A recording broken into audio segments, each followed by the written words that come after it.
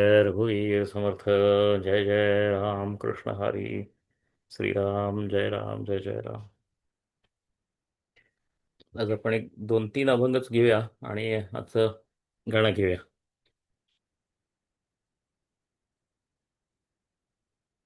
तुकाराम महाराज काय म्हणतात बघा. हा सततचा संवाद आहे पांडुरंगाबरोबरचा. आणि सारखी विनंती अशी आहे की तुझ्या जवळ स्थान दे मला. तर अशी म्हणायची आजची पद्धत बघा कशी. तुझे पोटी वाव व्हावा ऐसा माझा भाव. माझी अंतरीची इच्छा अशी आहे की तुझ्या आता पोटीचा अर्थ हृदय असा आहे. पोटी म्हणजे पोटात नाही, पोटी म्हणजे हृदयामध्ये. तुझ्या हृदयामध्ये मला स्थान मिळावं असा माझा एकमेव भाव, माझी एकमेव इच्छा तेवढीच आहे की तुझ्या हृदयात मला स्थान मिळावं. तुझे पोटी व्हावा ऐसा माझा भाव. करी वासने सारिखे. या इच्छेसारखं तू कर. करी वासने सारिखे प्राण फुटे येणे दुःखे. असं आहे, परमेश्वराचा विरह एवढा झाला पाहिजे की प्राण जातो का काय असं वाटायला पाहिजे. आता हे अशी स्टँडर्ड भक्तीची त्यांनी तयार करून ठेवली आहेत मानकं की भक्ती करायची तर अशीच करायला पाहिजे. तुझे पोटी व्हावा ऐसा माझा भाव. करी वासने सारिखे प्राण फुटे येणे दुःखे. अहंकार खोटे. आणि तुकारामांच्यात नुसतीच प्रार्थना, नुसतीच इच्छा, नुसतीच हट्ट असं असत नाही. ताबडतोब आत्मपरीक्षण येतं की तुझ्या पोटी वाव खरं म्हणजे तुझ्या पोटातच आहोत. सगळं सगळं विश्वच तुझ्या पोटात आहे. आणि तुझ्या पोटी वाव खरं तर हृदयात मिळायसारखं काय राहिलेलंच नाही. मग मला का जाणवतं तू तू मला तुझ्या हृदयात घेतलेलं नाही आहेस, तुझ्या पोटी मला वाव दिलं नाहीस असं का जाणवतं. तर माझा अहंभाव त्याच्या आड येतो. हे ताबडतोब त्याचं मला का रे तू पोटी घेत नाहीस असं विचारल्यानंतर तोच प्रश्न स्वतःला आपण का त्याच्या पोटी नाही असं जाऊन त्याचं उत्तर असं येतं. तुझा अभिमान, तुझा अहंकार ह्यामुळे तू देवाच्या पोटी जात नाहीस. असं असं तुकारामांच्या मध्ये हे सतत पांडुरंगाशी बोलणं आहे आणि स्वतःशी पण बोलणं आहे. करी वासने सारिखे प्राण फुटे येणे दुःखे. अहंकार खोटे. माझा अहंकार खोटा आहे म्हणून तुझ्या हृदयात मला जागा मिळत नाही. अहंकार खोटे वाटे श्वापदांचे थाटे. माझ्या अहंकाराची इतकी रूपं मला दिसतात की त्यातलं प्रत्येक रूप म्हणजे एक एक जनावर आहे. अस्वलासारखं, वाघ सिंहासारखं माझ्यावर चालून येणारं असं मला वाटते. अहंकार खोटे वाटे श्वापदांचे थाटे. आणि मग एकदम परत प्रार्थनेकडे येत. तुका म्हणे आई हाती धरुनी संग दे. आता आई आई कसं माफ करते तसं विठ्ठला मला काय जमत नाही. या सगळ्या माझ्यातल्याच पशूंवर विजय मिळवायला मला जमत नाही. माझा हात धर आणि तुझ्या पोटामध्ये मला मला घे, तुझ्या पोटाशी मला घे, तुझ्या हृदयात मला घे. असं आहे तुकारामांचे अभंग हे. ही खरंच एक आपल्या मानसिकतेतून अंतःकरणापासून अभ्यास करावा, चिंतन करावा अशा पद्धतीच्या रचना असतात. एकेका अभंगामध्ये तुम्हाला सरळ ध्यानातच नेतील अशा पद्धतीची तळमळ असते. आता हा एक अभंग झाला. दुसरा पुढचा अभंग आहे ना तो असा, ते स्थान त्यांना मिळालंय आणि त्याचा तो आनंद व्यक्त करतायत, आईनं जवळ घेतलंय असा असा अभंग आहे. आणि मग मज कोणी काही करी उमटे तुमचे अंतरी असा हा अभंग आहे. मला काही झालं परमेश्वरा तर तुझ्यामध्येच त्याचं उमटतं. कारण हे आई आहे ना, तर आईनं जवळ घेतलंय आता. ताबडतोब पुढचा अभंग आहे. मज कोणी काही करी उमटे तुमचे अंतरी. असं म्हणून ते आता आता पांडुरंगाकडे बोलतात. आता आता अभिमानाची बाधा झालेली नाही, तर गेलेला आहे अभिमान. आणि त्यामुळे हे जाणीव झालेली आहे की आपल्याला जे काय होणार ते पांडुरंगालाच होणार. मज कोणी काही करी उमटे तुमचे अंतरी. त्याला वाढविले म्हणून मज सुख तुझं सीण. तुम्ही मला वाढवलेलं आहे, मी तुमचंच मूल आहे, तुम्ही मला वाढवलेलं आहे. तुमच्या पोटी वाव काय, मी तुमचंच आहे. ती नाळ तुटलेलीच नाही आहे अशी आता जाणीव झाली. कारण अहंकार गेलेला आहे, भक्तीमुळे मागं पडलेलं आहे. त्याला वाढविले म्हण मज सुख तुझं सीण. मी तुमचं आता बाळ आहे, मी तुमचं लेकरू आहे, तर मला सुख आणि त्या सुखासाठी तुम्हाला शिड. अशी आता विभागणी आहे. हे माझ्या लक्षात आलेलं आहे.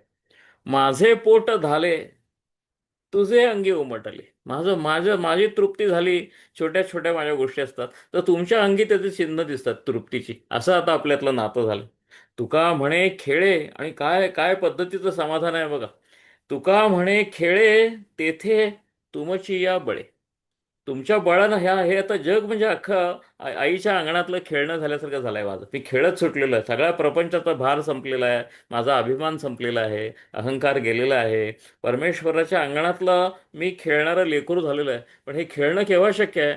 आईचं सारखं लक्ष असतं म्हणून मूल आनंदात निर्धोकपणे खेळत असतं. त्याला अशी अस्तित्वाची भीती असत नाही. त्याला माहित आहे काही जरी झालं तरी तरी आई आई पाठीशी आहे आपल्या, आणि म्हणून निर्धास्तपणानं ते खेळत असतं. तर हे जग आहे ना अख्खं, हे सगळं आता खेळायचं झालेलं आहे माझं. खेळ तुका म्हणे खेळो कौतुके, असे दुसऱ्या अभंगात म्हणले ना, तसं आहे. तुका म्हणे खेळे तेथे तुमचिया बळे. असा सगळा अहंकार गेल्यामुळं असा एक निर्धास्तपणा आलाय की सगळं जगणं एवढं सोपं झालंय की ते खेळण्याचंच त्याला मजा आलेली आहे. आणि ते कशामुळं? तर विठ्ठलाच्या कृपेमुळं. पण ही कृपा कशामुळं झाली? तर भक्तीतून अहंकार गेला, त्यामुळे ही अवस्था आली. असं असं तुकारामांच्या मध्ये चिंतन पण असतो, आनंद पण असतो. आता तिसरा जो अभंग आहे, हा, तो कराराशी, मी करार असं म्हणतो, भक्तीतला करार, की संतांनी मुळात विठ्ठलाची निर्मिती केली, विठ्ठलाच्या हाती आम्हाला दिलं आणि आम्हाला सांगितलं की हा पतित पावन आहे. आणि विठ्ठलाला असं सांगितलं, ह्यांना जेव्हा जेव्हा आपल्या पतित्वाची जाणीव होईल तेव्हा तेव्हा तुला ह्यांना पावन करायलाच लागेल. हे जेव्हा तुला शरण येतील ही लेकरं, तुला ह्यांना करायलाच लागेल, पतिताला पावन करायलाच लागेल. असा हा कॉन्ट्रॅक्ट आहे, करार आहे विठ्ठलाच्या आणि आमच्यामधला. हा संतांनी नेमून दिलेला आहे. असं एवढं संतांचं श्रेष्ठ असं स्थान आहे. आम्ही घ्यावे तुझे नाम, आम्ही तुझं नाम घ्यायचं. तुम्ही आम्हा द्यावे प्रेम. आम्ही तुझं नाम घेतलं शरण येऊन की तुमचं प्रेम आम्हाला मिळालंच पाहिजे. हा करार आहे बरं का, हा संतांनी केलेला करार आहे. ह्या कराराला तुम्ही सांभाळच पाहिजे, हा करार पाळलाच पाहिजे. आम्ही घ्यावे तुझे नाम, तुम्ही आम्हा द्यावे प्रेम.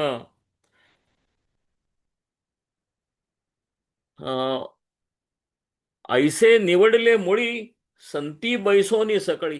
सगळ्या संतांनी मिळूनच असा निवडा केलेला आहे. संत साक्षी आहे त्या कराराला. आता हा करार पांडुरंगा मोडून तुला चालणार नाही. आणि ही कराराची भाषा फार नामदेवांच्या पासून आहे भक्ती संप्रदायामध्ये. त्यामुळे मी त्याला भक्तीचा मोठा करार असंच म्हणतो. आणि ह्या कराराची आठवण सगळे संत आणि विशेषतः तुकाराम देतच असतात. ऐसे निवडले मुळी संती बैसोनी सकळी, माझी डोई पायांवरी तुम्ही न धरावी दुरी. माझी आता डोई तुमच्या पायांवर आलेली आहे. मी तुम्हाला शरण आलेलो आहे पांडुरंगा. आता तुम्ही लांब जायचं नाही. आता करारातच स्मरण आहे. मी जर इंद्रिय सुखातच अडकलो असलो, संसारातच अडकलो असलो, त्यातच मला मजा येत असली, तर तुमचं माझ्याकडे दुर्लक्ष होणार हे मला मान्य आहे. पण मी आता त्याच्याकडे पाठ फिरवलेली आहे आणि आता तुमच्या पायाशी मी आलेलो आहे. आता तुम्ही दूर झालेल्या करारात बसत नाही.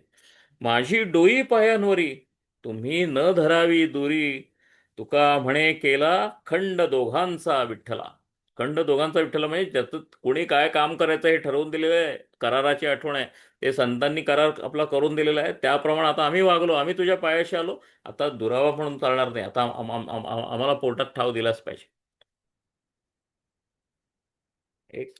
अजून एकच आपण अभंग घेऊया आणि आपण आजचं गाणं घेऊया. उल्लंघिली लाज. ही लाज म्हणजे काय आहे? ही लोकलाज आहे. हा फार महत्वाची गोष्ट आहे. पांडुरंगाला तुम्ही जेव्हा शरण जाता तेव्हा इतर सांसारिकांना विठ्ठलाचं नाव वगैरे ते घेत असतात, पण ते आपलं भीतीपोटीच घेत असतात. म्हणजे सगळ्यांना सुखवायचं, ते विठ्ठलाला तर कशाला बाजूला ठेवा, त्याची पण जरा एक पूजा करून टाकली म्हणजे प्रपंचातली चार कामं होऊन जातील तेवढीच. असं आहे. म्हणजे बॉसला सुखी ठेवल्यासारखंच विठ्ठलाला सुखी ठेवतात. पण प्रत्यक्षात हे सगळ्या बॉसकडे आणि संसाराकडे पाठ करून जे विठ्ठलाकडे जातात त्यांची अत्यंत मोठी उपेक्षा समाजामध्ये होत असते. कुठल्याही संताला काय समाजाने काय फार चांगली मानाची वागणूक दिलेली नाही आहे. त्याला खोळा म्हणूनच आधी म्हणले, काय खोळा का काय, विठ्ठलासाठी काय संसार सोडतोस काय, असंच म्हणलेलं आहे. तर त्याची जी लाज असते, आपली लाज जी वाटते की समाजानं मला उपेक्षू नये, ही लाज अध्यात्माच्या आड येते असं तुकाराम सांगतात. असं नामदेवांनी पण सांगितलंय. उल्लंघिली लाज. हा जो संकोच आहे, लोक काय म्हणतील, जग काय म्हणेल, हा संकोच मी बाजूला ठेवला विठ्ठला आणि तुला शरण आलो. उल्लंघिली लाज तेणे साधेले काज. त्यामुळे मोठं काम माझं अध्यात्माचं झालं. मी लोकलाज बाजूला ठेवली आणि पांडुरंगा तुझ्या पायाशी आलो आणि त्यामुळं तू मला प्रसन्न झाला. तेणे साधेले काज. आणि मग काज कोणतं साधलं? सुखे नाचे पहिलं तरी. ही भवनिधी मी ओलांडली आणि पलीकडे असं आलेलो आहे, तुझ्या अंगणात आलेलो आहे आणि आता सुखानं तिथं नाचतोय, तुझंच नाव घेऊन नाचतोय. सुखे नाचे पैल तिरी, गेलो भवाचे सागरी. गेलो भवाचे सागरी, नामाची सांगडी सुखे बांधली आवडी. नामाची सांगडी सुखे बांधली आवडी. तुका म्हणे लोका. आता ती नामाची सांगडी आहे. नामाची सांगडी म्हणजे काय? सांगडी म्हणजे नदीतून पुढं जाण्यासाठी असा एक तराफासारखं असतं. ते ते ते बांधायचं असतं. आपण पूर्वी डबे बांधलेले आहे, टायर बांधलेले आहे, तर तशा पद्धतीचा डिव्हाइस आहे तो. सांगडी म्हणजे भोपळा भोपळा आहे, तर त्याला त्याला ते सांगडी म्हणतात. ती नामाची सांगडी बांधली आहे, सुखे बांधली आवडी, आणि मग पलीकडं पहिलं पार गेलेलं आहे. तुका म्हणे लोका, उरली वाचा, मारी हाका. आता मी पलीकडे गेलेलो असल्यामुळं माझं असं काही उरलेलंच नाही आहे. मी सगळा विठ्ठलाचा झालेला आहे. आणि माझं म्हणायचं असेल ना, तर फक्त ही वाचा उरलेली आहे. वाचा उरलेली, माझे बोल उरलेले आहेत. ते बोल आहेत ते मी कशासाठी वापरतोय माझी भाषा, तर मी लोकांना हाका मारतोय आणि सांगतोय, अरे हे विठ्ठलाच्या गावात तुम्ही चला, फक्त नामाची सांगडी बांधा आणि पलीकडे या, माझ्या एवढाच आनंद तुम्हाला मिळेल. तुका म्हणे लोका, उरली वाचा, मारी हाका. त्या उरलेल्या वाचेनं मी काय करतोय, तर मी सगळ्यांना बोलावून सांगतोय की विठ्ठला, तू विठ्ठला तू आमच्या पलीकडे उभा आहेस, आणि ह्या नामाने आम्ही तुझ्याकडे पलीकडे येतोय. आता हे सगळ्या लोकांना मी ओरडून ओरडून सांगतोय, ते तुम्ही ऐका. तर आता ह्यानंतर आपण आजचं गाणं ऐकूया. आजचं गाणं पूर्वी कधीतरी आपल्याकडे उल्लेख झालेला आहे याचा, पण हे गाणं किशोरीताईंनी गायलेलं आहे. आणि ते आहे, सोयराबाईंनी लिहिलेलं आहे. म्हणजे चोखा महाराजची जी पत्नी, चोख्याची महारी असा आहे. आणि हा अवघा रंग एक झाला, त्याचे शब्द अगदी ऐकूया आणि मग आपण गाणं ऐकूया. अवघा रंग एक झाला, रंगी रंगला श्रीरंग. हे सगळे रंग एक झालेले आहेत, असं अद्वैताची भावना आहे. तुम्हाला याचं आश्चर्य वाटेल. फार आश्चर्य करण्याजोगा हा अभंग आहे, सोयराबाईने लिहिला. हा समाजातला सगळ्यात निम्न स्तर आहे. हा महार समाजातली मंडळी आहे, ही गोराढोरांचं काम करणारी आहे. त्यांना कोणीही शिवत नाही, याची सावली जरी पडली तरी अशुभ समजतो. कामं सगळी करून घेतो, हा भाग वेगळा. समाजात काही स्थान नाही, देवळात काही स्थान नाही, अध्यात्मात काही स्थान नाही, सगळीकडनं नाकारला गेलेला आणि फक्त कष्टाला जुंपलेला असा हा वर्ग आहे. त्या वर्गाचा चोखामेळा प्रतिनिधी आहे, त्याची ही पत्नी सोयर आहे.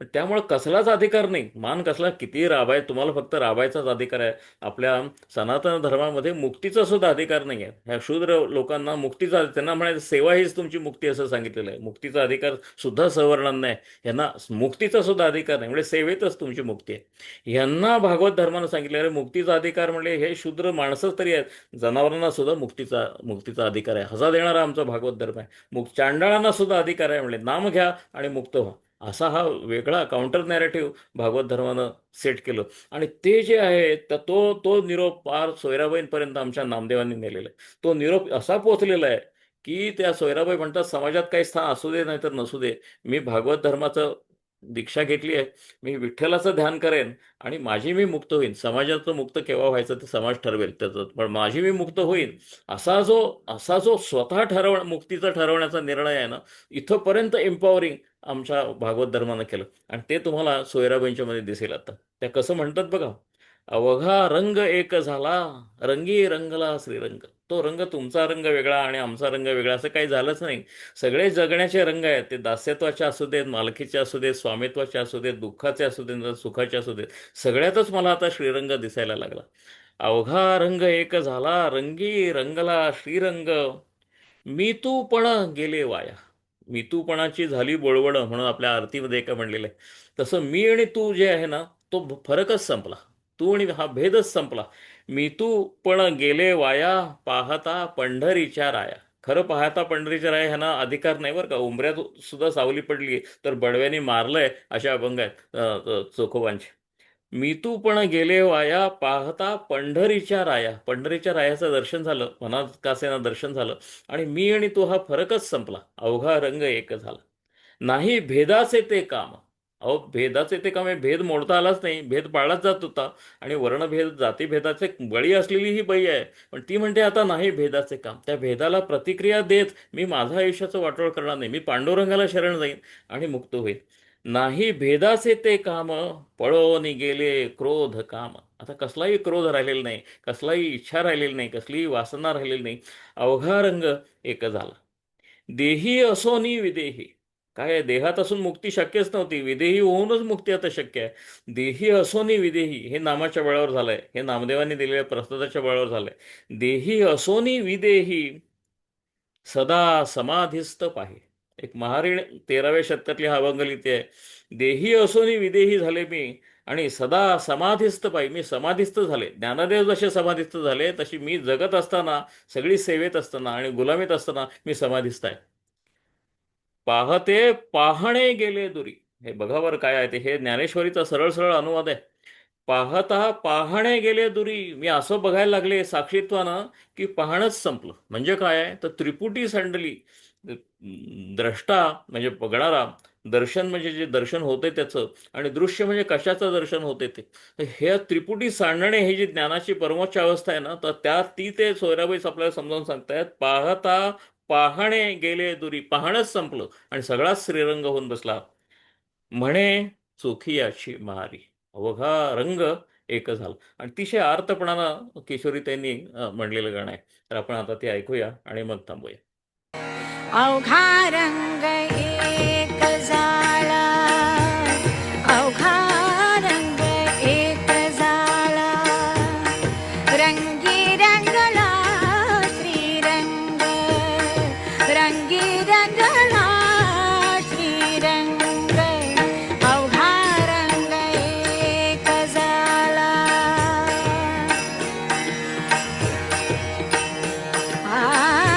मी तू पण गेले वाया,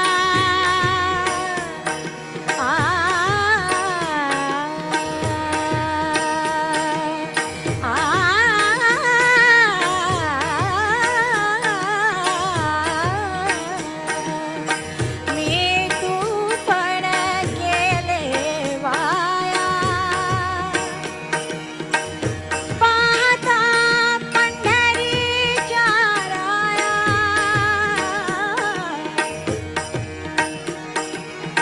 पाहता पंढरीच्या राया, अवघा रंग एक झाला, अवघा रंग एक झाला, रंगी रंगला श्रीरंग, रंगी रंगला श्रीरंग, अवघा रंग एक झाला.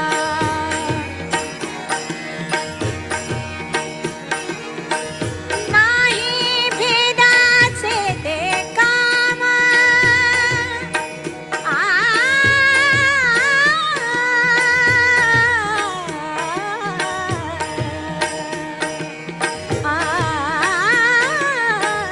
नाही भेदाचे ते काम,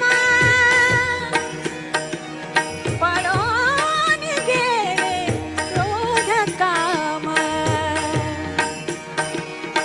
पळून गेले क्रोध काम, अवघा रंग एक झाला, अवघा रंग एक झाला, रंगी रंगला श्रीरंग, रंगी रंगला श्रीरंग, अवघा रंग एक झाला.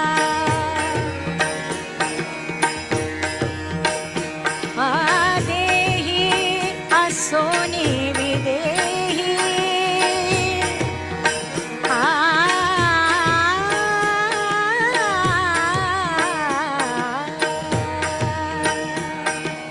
देही